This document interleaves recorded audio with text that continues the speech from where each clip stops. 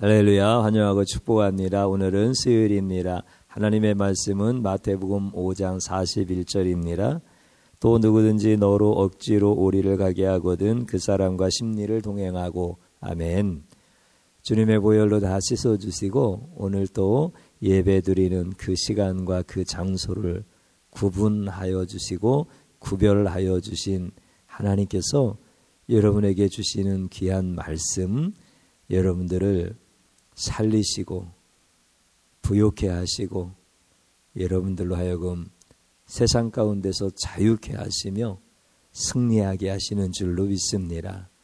오늘 본문에 있는 말씀은 우리에게 너희는 그렇게 행하여야 돼 라고 윤리와 교훈의 말씀으로 주시지 않았다라고 하는 거죠. 우리 예수님은 우리가 할 수 없는 것을 하라고 명령하시는 분이 아닙니다. 우리에게 있는 멍에를 가볍게 해주시고 끌어주시는 분이시지 우리가 맬 수 없는 멍에를 덧씌워서 우리로 하여금 고행하게 하시고 고생하게 하시는 분이 아니십니다. 누가 나와 함께 억지로 오리를 가고 싶어하는 의도가 안 좋은 사람이 있는데 내가 오히려 심리를 더 동행해야 된다. 이렇게 예수님이 나에게 교훈하시는 말씀이 아니라 예수님의 모든 생애가 죄인과 동행하시면서 죄인들을 구원하시는 그 사역을 위해서 오셨고 그 사역을 성취하신 분이다라고 하는 말씀이지요. 그래서 오늘 이 본문의 말씀은 예수님께서 사역 초기에 자신에 대한 설교로 해주신 말씀입니다. 오늘 우리가 이 예수님의 말씀을 어떤 관점에서 보느냐라고 하는 것이 굉장히 중요하다라는 말씀을 자주 강조하였지요. 율법을 내가 성취할 수 있다라고 하는 관점에서 보면 이거는 우리에게 주시는 교훈의 말씀이야. 그러니까 너희는 그렇게 누가 억지로 오리를 가게 하면 심리를 동행하라 라고 하는 말씀으로 해석하기가 쉽습니다. 또 그렇게 해석해야 맞게 되어집니다. 그런데 율법을 성취하시는 것은 타락한 인간이 할 수 없다. 그 율법을 성취하시는 분은 오직 예수님 뿐이다라고 하는 관점에서 오늘 본문에 있는 말씀을 보면 이 말씀은 나에게 교훈으로 주시는 말씀이 아니라 나를 구원하시기 위하여 예수님께서 나와 동행해 주시겠다라고 하는 말씀으로 해석이 되어집니다. 그러니까 하나님의 말씀을 어떤 관점에서 보느냐, 인간의 관점에서 보면 인간적인 해석이 되어지고 하나님 관점에서 보면 하나님이 해석해 주시는 거죠. 그래서 오늘 이 성경의 본문 말씀을 율법의 말씀을 누가 성취할 수 있느냐라고 하는 가장 기본적인 그 관점에서 우리는 봐야 되고 율법은 예수님만이 성취하시는 분이다라고 하는 것을 분명히 깨닫게 되어진다면 이 말씀은 우리는 할 수 없으나 우리를 구원하시는 예수님의 사역의 말씀이다라고 하는 정확한 해석을 할 수가 있는 것입니다. 율법을 성취하시는 분이 예수님이다라고 하는 것이 어떤 의미입니까? 율법은 수여하는 자가 있어야 됩니다. 그러니까 율법을 만들어서 주는 자가 있어야 돼요. 그러면 이 율법은 인간이 만들어서 인간에게 준 겁니까? 그럴 수가 없습니다. 어떤 인간이 아주 뛰어나서 머리가 명석하고 지혜가 있고 그래서 인간들에게 유익이 될 만한 율법을 만들어서 줘야 되겠다. 이렇게 해서 우리에게 주신 말씀이 율법이 아니에요. 그거는 율법이라고 말할 수가 없어요. 율법은 완전하여 그 율법의 완전한 성취가 이루어지면 천국에 갈 수 있는 거예요. 그런데 인간이 만든 율법이 어떻게 완전할 수가 있어요? 인간은 완전한 율법을 만들 수가 없어요. 왜냐하면 율법의 가장 기본은 선과 악에 대한 구별이에요. 타락한 인간에게는 무능한 인간, 유한한 인간은 선악의 기준을 몰라요. 그렇기 때문에 율법은 하나님이 만드시고 하나님이 우리에게 주신 거예요. 그래서 율법의 수여자는 예수님이다라고 하는 사실이죠. 그러면 율법을 우리에게 주셨으면 그 율법이 무슨 뜻이야? 라고 그 율법을 해석할 수 있어야 되잖아요. 그럼 이것을 인간이 해석할 수 있나요? 인간은 해석할 수 없어요. 왜냐하면 율법을 만드신 분이 예수님이기 때문에 예수님의 마음을 알아야 되고 예수님의 의도를 알아야 돼요. 예수님이 우리를 어떻게 사랑하셨는지, 얼마큼 사랑하셨는지 우리가 그 예수님의 마음을 몰라요. 그래서 시간이 지나면 예수님의 사랑도 잊혀지고 예수님의 마음도 기억에서 사라져요. 그런데 어떻게 예수님께서 주신 말씀을 우리가 그것을 예수님의 의도로 해석할 수 있습니까? 인간은 타락한 존재로서 예수님의 마음을 다 알 수도 없고, 그리고 예수님이 우리에게 주셨던 그 율법의 의도도 알 수가 없습니다. 그렇기 때문에 율법을 해석하긴 해석해야 되는데 어떻게 해석합니까? 종교적으로 율법을 해석하고 윤리적으로 율법을 해석하는 거죠. 그렇기 때문에 완전한 해석자가 인간에게서는 있을 수가 없는 거예요. 율법을 만드시고 율법을 주신 예수님만이 율법의 완전한 해석자가 되어지시는 거예요. 그러면 율법의 성취는 인간이 할 수 있나요?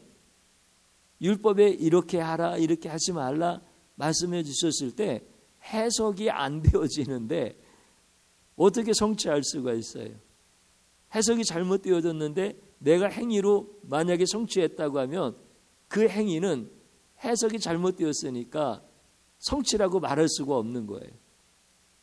그리고 예수님이 해석자라고 했으니까 예수님이 해석해서 나한테 주셨다 할지라도 내 행위가 그것을 성취할 수가 없단 말이죠. 유한한 존재로서, 타락한 존재로서 예수님께서 해석해서 주셨지만 주신 말씀대로 우리는 살면서 성취할 수 없는 거예요. 그래서 율법의 성취자도 예수님만이 하실 수 있는 거예요. 율법의 성취가 결국 예수님의 죽음이었지요.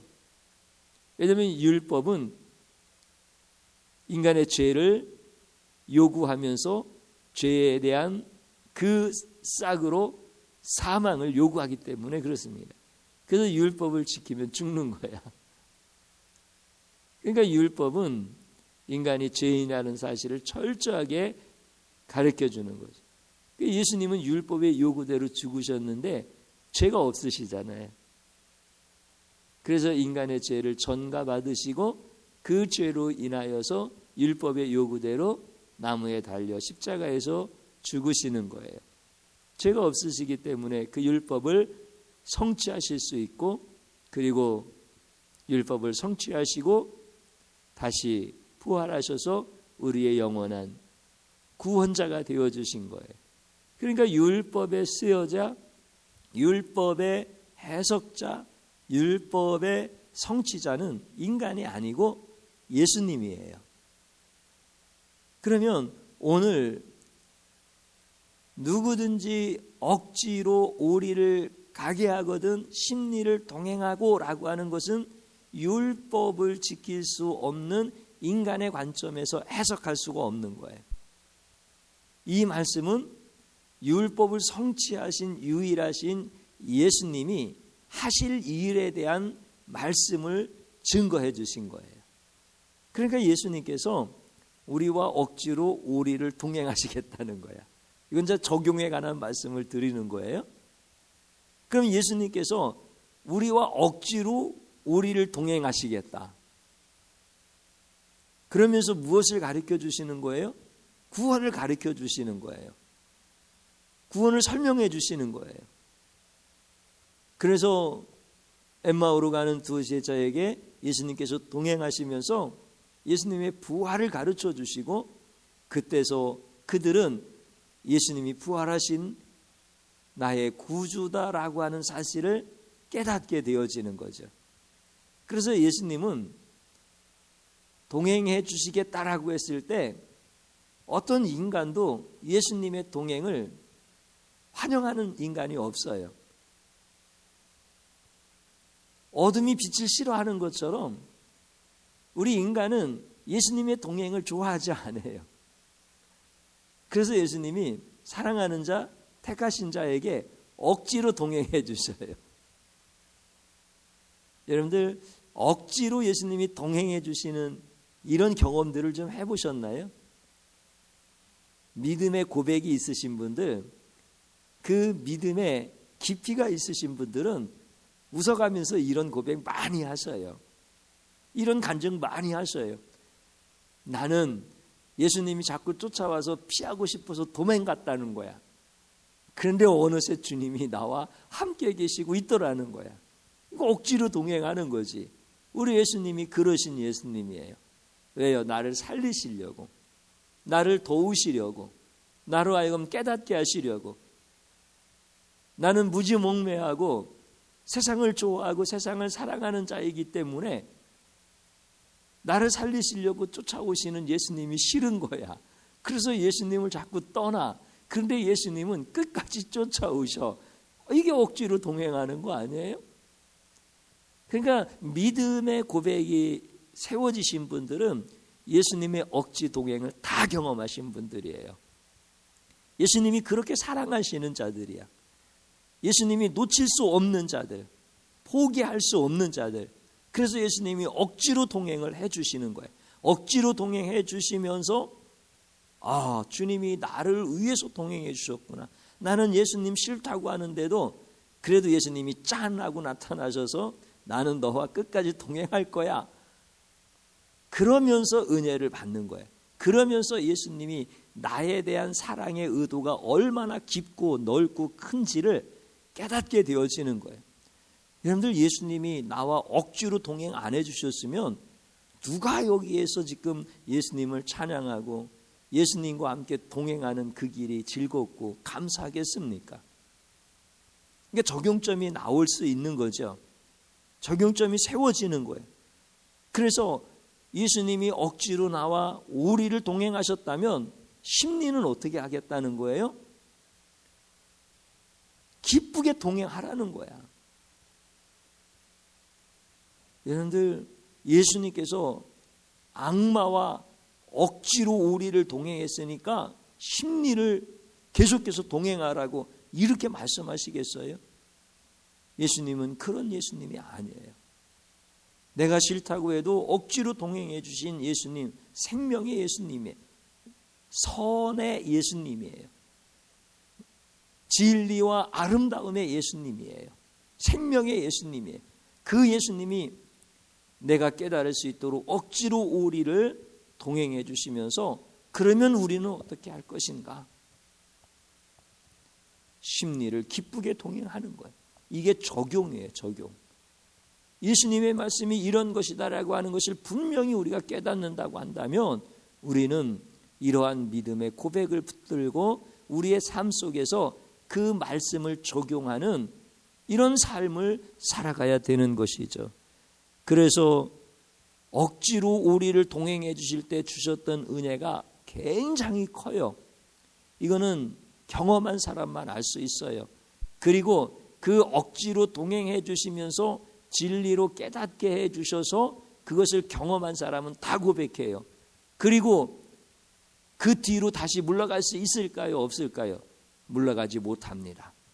왜냐하면 계시는 하나님께서 당신을 나타내 주시는 것인데 높은 계시를 경험한 자는 낮은 계시로 갈 수가 없어요.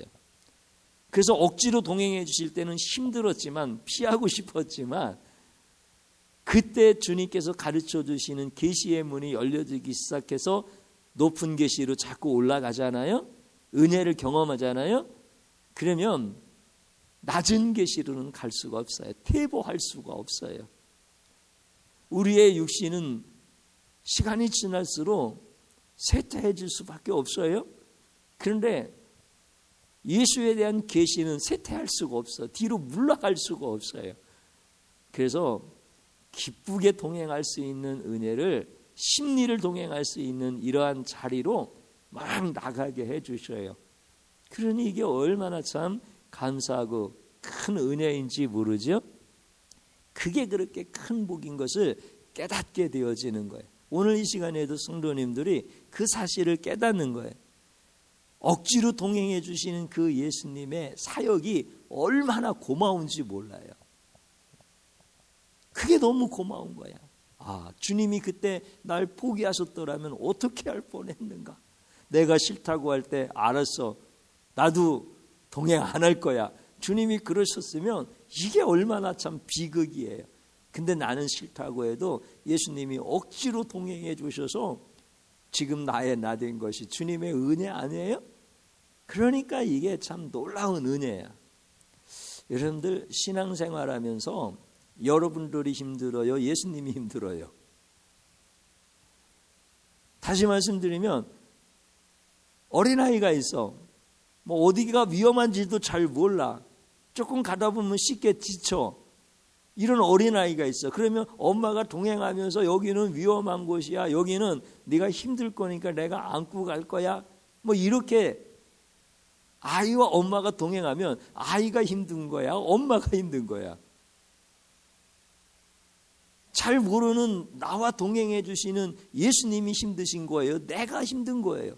여러분들 신앙생활을 왜 힘들다고 생각하죠? 어린아이와 동행하는 엄마가 힘들지요. 우리와 동행해 주시는 예수님이 힘드신 거야. 그런데 놀라운 것은 어린아이와 동행하는 그 엄마가 힘들다고 안 하시더라는 거야. 그 아이를 때로는 안고 갈 때도 있고 그 아이 때문에 잠을 못 잘 때도 있지만 엄마는 너무 기쁘다는 거야. 우리가 신앙생활할 때 내가 힘든 거 아니에요. 예수님이 훨씬 힘드신 거예요. 그런데 예수님은 힘들다고 안 하셔요. 기쁘다고 그러셔요.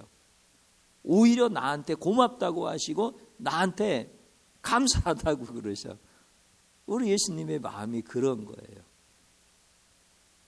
그러니 우리가 이런 사실들을 몰랐을 때 우리는 은혜의 단계에 들어가지 못하고 또 어떤 경우는 은혜의 단계에 머물러 있는 이런 분들이 굉장히 많아요. 이제 적용이 좀 잘 세워지기를 축복합니다. 억지로 동행해 주시는 예수님 고맙습니다. 심리는 내가 기쁘게 동행하겠습니다. 아, 이렇게 하나님 앞에 기도드리면 멋진 성도 되는 거 아니에요? 맨날 달라고 기도하지 마시고 우리 주님이 우리의 영적 상태를 다 아셔요. 오늘 여러분들이 이 밤에도 그런 믿음의 고백으로 잘 세워져 가기를 축복합니다. 저를 한번 따라서 해보시기 바랍니다. 예수님이 나와 동행하실 때 피하려고 했던 죄악을 용서하소서. 진실로 회개해야 됩니다. 그 다음에 또 한번 따라서 하십시오. 예수님과 우리는 억지로 동행했지만 심리는 기쁘게 동행할 수 있게 하소서. 아멘. 주님 한번 부르고 기도의 자리로 들어갑니다. 주여, 주님 감사드립니다. 우리 주님께서 나와 동행하실 때 억지로 동행하신 것을 깨닫습니다. 내가 예수님을 환영한 것도 아니고 내가 힘이 있어서 걸은 것도 아니고 내가 예수님의 뜻을 깨닫고 기쁘게 간 것도 아니었습니다. 예수님과 같이 동행하는 것을 나는 힘들어했고 피하고 싶었고 세상이 더 좋았고 그런데도 예수님 억지로 나와 동행해 주셔서 여기까지 오게 하셨는데, 우리 예수님의 이 은혜를 몰랐던 죄를 용서해 주시고 세상으로 자꾸 나갔던 이 죄악을 용서하여 주시고, 예수님이시여 이제는 주님의 말씀이 깨달아지고 예수님의 말씀을 우리에게 계시하여 열어주실 때, 지금까지 억지로 우리는 왔을지라도 이제 심리는 예수님과 기쁘게 동행하는 삶을 살게 하옵소서. 우리 예수님께서 나와 억지로 동행해 주시지 아니하였다면 내가 어떻게 지금 이 자리에서 주님의 은혜를 누릴 수 있겠습니까?